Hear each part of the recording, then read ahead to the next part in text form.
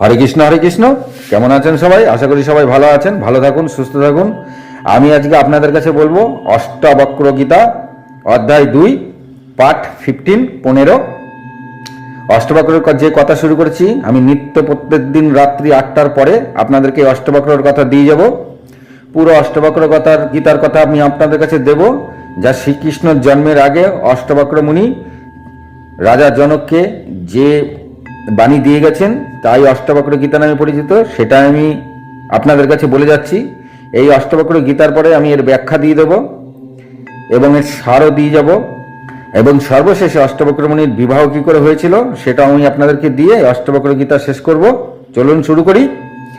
অষ্টবক্র মুনি বললেন, হে রাজন, যখন চিত্ত সুখ দুঃখ বন্ধন ত্যাগ এই সবের মধ্যেই যতক্ষণ এই চিত্ত আসক্ত থাকবে ততক্ষণ আমরা তার সাথেই সেই বন্ধনে আবদ্ধ থাকব। আর যখন চিত্ত দৃষ্টি কোনো কিছুর মধ্যেই আসক্ত থাকবে না, অর্থাৎ ঘরের খাদ্যই হোক বা বাহিরের বা ভগবানের, এটা সুস্বাদু হয়েছে আর এটা ভালো হয়নি, অথবা উনি ভালো মানুষ আর সে ভালো মানুষ নয়, ইনি অন্য জাতির, ইনি স্বজাতির, ইনি আমার প্রভুর ভক্ত, কিংবা সে মহাদেবের ভক্ত বা নিতাই গৌড়ের ভক্ত, এই যে আলাদা আলাদাভাবে চিহ্নিত করা, অথবা ইনি গুরু উনি শিষ্য, ওই যে একটি ছাগল, এটা মাটি, এটা শিলা, যা কিছু এইসবকে আলাদা আলাদা করে চিহ্নিত করা হোক, নিজেকে স্থির যা কিছু চিহ্নিত করছি আমরা আলাদা আলাদা করে, এর থেকে নিজেকে স্থির রাখতে হবে। যা কেবল সবই সমান, যাকে বলে সবই সমান, কে ভালো কেই বা খারাপ, কে বা স্বজাতি কেই বা অন্য জাতি, এই বিশ্বজগতের সমস্ত কিছুকে একইভাবে চিত্ত যখন অবাক চোখে দেখবে, অর্থাৎ চিত্ত যখন আলাদা করে কিছুই চিহ্নিত আর করবে না, সেটাই মুক্তি। আর এখানে এখন আর বন্ধন নাই। মানে চিত্ত যখন সমস্ত কিছুকে একই রকম ভাবে দেখছে, কোনো কিছুই আলাদা ভাবে তিনি দেখতে পাচ্ছেন না, কে গুরু কে শিষ্য তার কাছে দুজনেই সমান, তখনই বুঝতে হবে এখানে মুক্তি ঘটছে। আর তখন আপনার দৃষ্টির সঙ্গে আপনার কোনো বন্ধন নাই।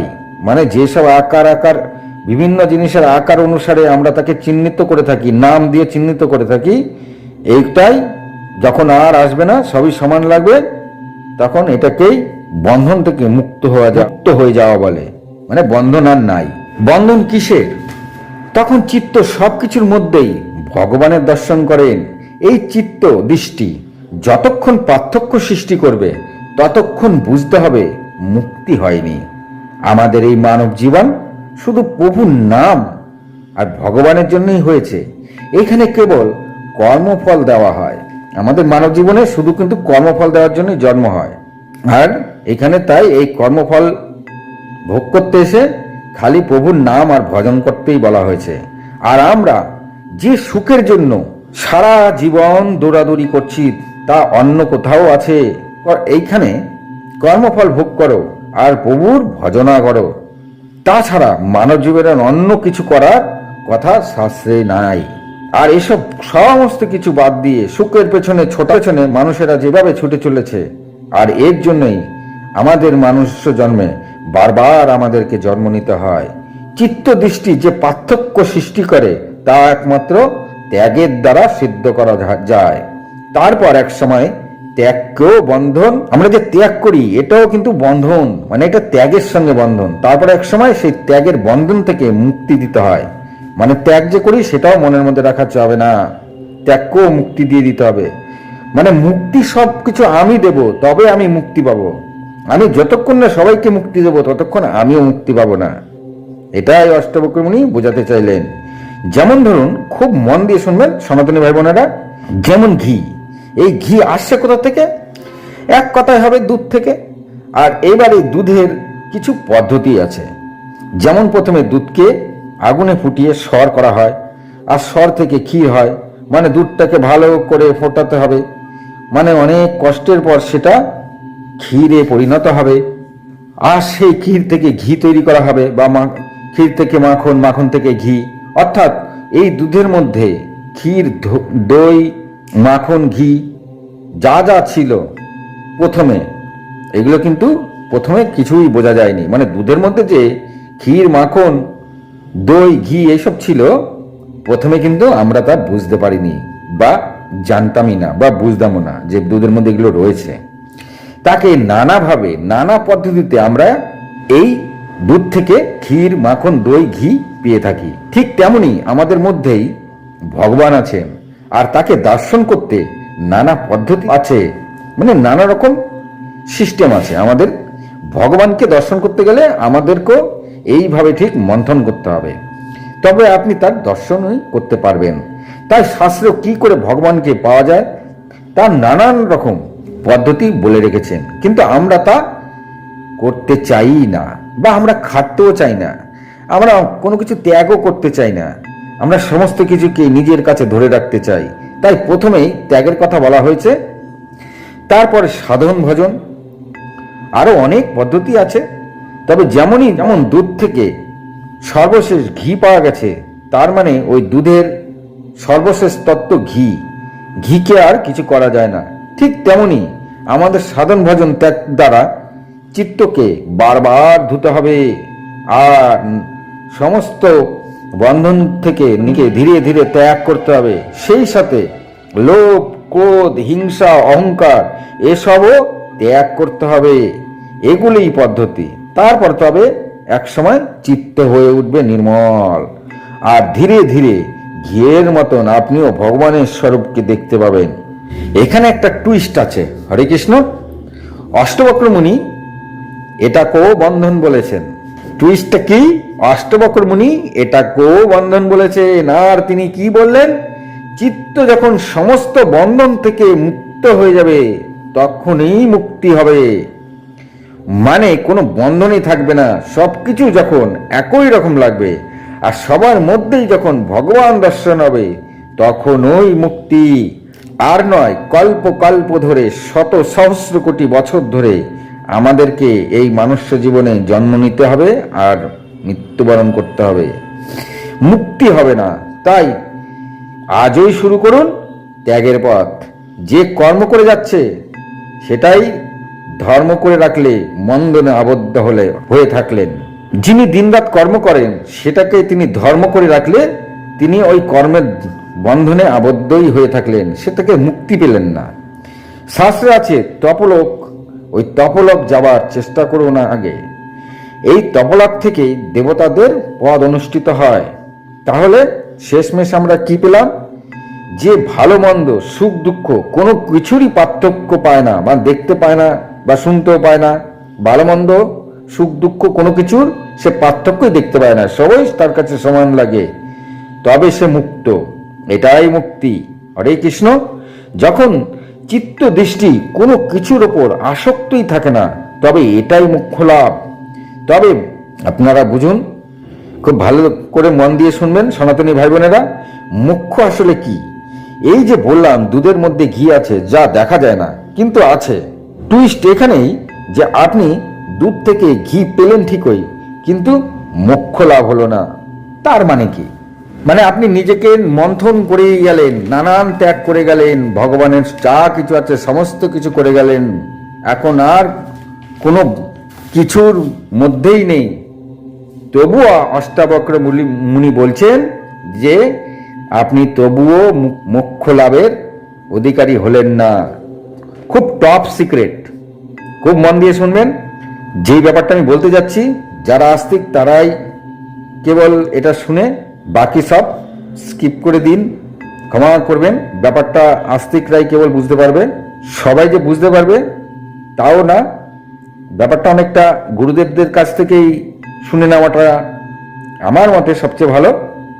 কারণ আমি এখানে এক দু কথাই এই ভিডিও করব, আমি সম্পূর্ণ কথা আপনাদেরকে বলতে পারবো না।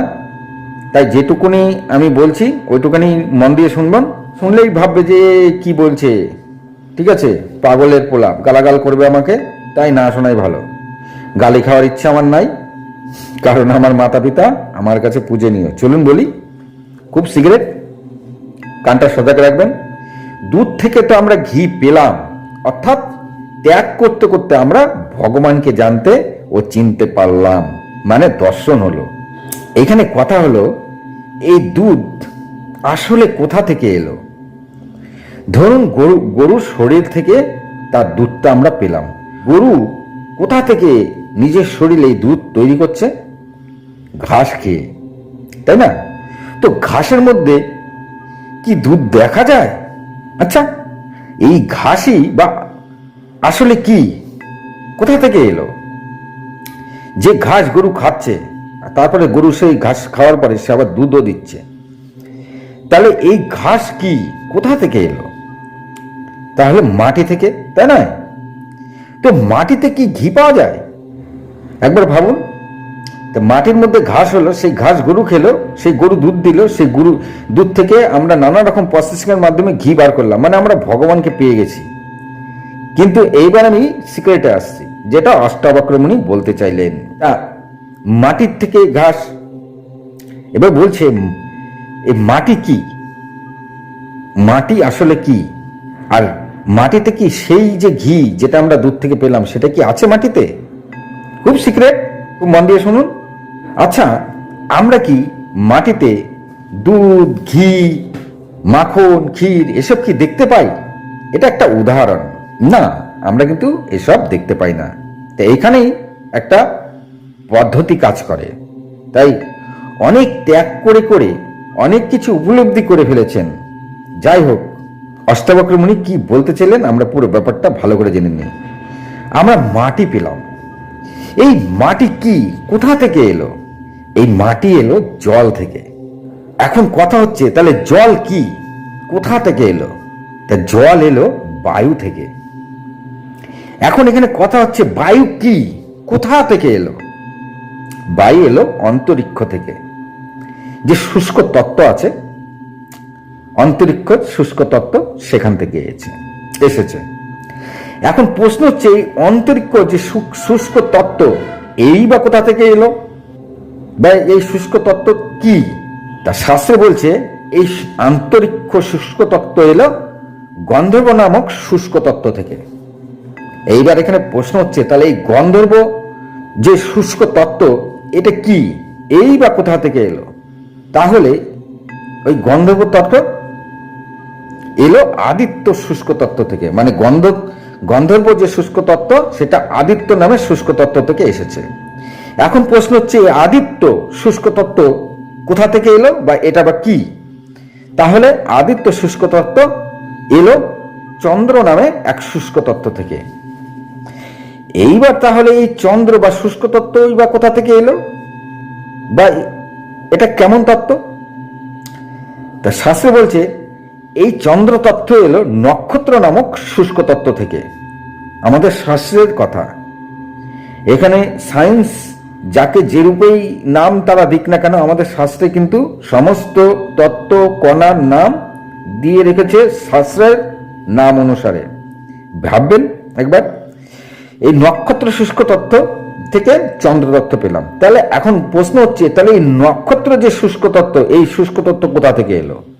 তাহলে এই নক্ষত্র শুষ্ক তত্ত্ব এলো দেব নামক শুষ্ক তত্ত্ব থেকে, মানে দেব নামে এক শুষ্ক তত্ত্ব আছে, সেই শুষ্ক তত্ত্ব থেকে নক্ষত্র তত্ত্ব এসেছে। তাহলে এখন কথা হচ্ছে, এই দেব শুষ্ক তত্ত্ব আসলে কি, কোথা থেকে এলো? তবে এই দেব শুষ্ক তত্ত্ব এলো ইন্দ্র নামক শুষ্ক তত্ত্ব থেকে। প্রশ্ন এই একই, তাহলে এই ইন্দ্র শুষ্ক তত্ত্ব কোথা থেকে এলো? ইন্দ্র শুষ্ক তত্ত্ব এলো প্রজাপতি নামক শুষ্ক তত্ত্ব থেকে, মানে যে শুষ্ক তত্ত্ব তার নাম প্রজাপতি। এখন সেই একই প্রশ্ন, তাহলে এই প্রজাপতির শুষ্ক তত্ত্ব কোথা থেকে এলো? শাস্ত্রে বলছে, এই প্রজাপতি শুষ্ক তত্ত্ব এলো ব্রহ্ম নামে শুষ্ক তত্ত্ব থেকে। আমরা যে ভগবানকে ডাকি, সেই ব্রহ্ম শুষ্ক তত্ত্ব, এই ব্রহ্ম শুষ্ক তত্ত্ব থেকে প্রজাপতি শুষ্ক তত্ত্ব এসেছে। এখন প্রশ্ন হচ্ছে, এই ব্রহ্ম শুষ্ক তত্ত্ব কোথা থেকে এলো? শাস্ত্রে আরো 3টি তত্ত্বের কথা আছে, যা খুবই পার্সোনাল। আমি এই পর্যন্তই দিলাম, কারণ এরপরে যতটুকু কিছু জানার যদি কারো থাকে, কোনো গুরুদেবের কাছ থেকে, ভালো গুরুদেবের কাছ থেকে জেনে নেবেন। কারণ এগুলো আমি সবকিছু বাইরে প্রকাশ করা বারণ আছে, তবুও আমি প্রকাশ করে দিলাম। কারণ সমস্ত কিছু ভিডিও মাধ্যমে বা লোকেরকে বলা যায় না, যে যেটুক নিতে পারে। কেউ যদি এখন 1 গ্লাস জল খায়, তাকে যদি আপনি 1 বালতি জল দেন, সে কি খেতে পারবে? পারবে না, তার তো বমি হয়ে যাবে, ঠিক আছে? কিংবা জলটা, বাদবাকি জলটা সে ফেলেই দেবে, সে নিতেই পারবে না। তা সুতরাং 1 বালতি জল যে খেতে পারবে তাকে দেওয়াই ভালো। তাই আমি এরপরে আর একটি কথাও বললাম না। ব্রহ্ম শুষ্ক তত্ত্ব যে আছে, সেখান থেকে এই সমস্ত কিছু সৃষ্টি, আর তাই নিয়ে আমাদের শাস্ত্রে নানান কথা রয়েছে। আর তারপরেও শুষ্ক তত্ত্ব আছে, যা খুবই সিক্রেট এবং পার্সোনাল, যা আমরা সব কিছুতে পাই, মানে ব্রহ্ম তত্ত্বতেও আমরা তাকে পাই। এইখানে যে টুইস্টটা হলো, অষ্টাবক্র মুনি বললেন যে এরা সবই বন্ধনে আবদ্ধ। মানে আমি যে এত তত্ত্বের কথা বললাম, সব কিন্তু বন্ধনে আবদ্ধ। মানে একে অপরের সাথে, সে তার সাথে, সে তার সাথে, সে তার সাথে, সে তার সাথে, সবাই একে একে সবার বন্ধনে আবদ্ধ। আর চিত্ত ও এই সব বন্ধনে আবদ্ধ। তার মানে আমাদের যে চিত্ত আছে, বা আপনার যে চিত্ত আছে, এই চিত্ত কিন্তু সমস্ত বন্ধনে আবদ্ধ। যদি চিত্ত এই সমস্ত বন্ধন থেকে নিজেকে বার করে আনে, সবই এক দৃষ্টিতে রাখে, তবেই মুক্তি। যা এক তা আবার শত সহস্র কোটি অসীম, যা এক তা অনন্ত। একই সমান যদি লাগে, মানে যা এক অদ্বিতীয়, আর তাই অসীম অনন্ত, এই পুরো ব্যাপারটাকে যে একই সমান দৃষ্টিতে দেখে, তবেই বুঝতে হবে যে সে মুক্ত। ভালো লাগলে লাইক, কমেন্ট, শেয়ার করবেন। আরো 10 জন হিন্দুকে শোনার ব্যবস্থা আপনারাই করে দিন। আপনারা কমেন্ট করলে আরো 10 জনের কাছে যাবে ভিডিওটা। ভালো থাকুন, সুস্থ থাকুন, নমস্কার।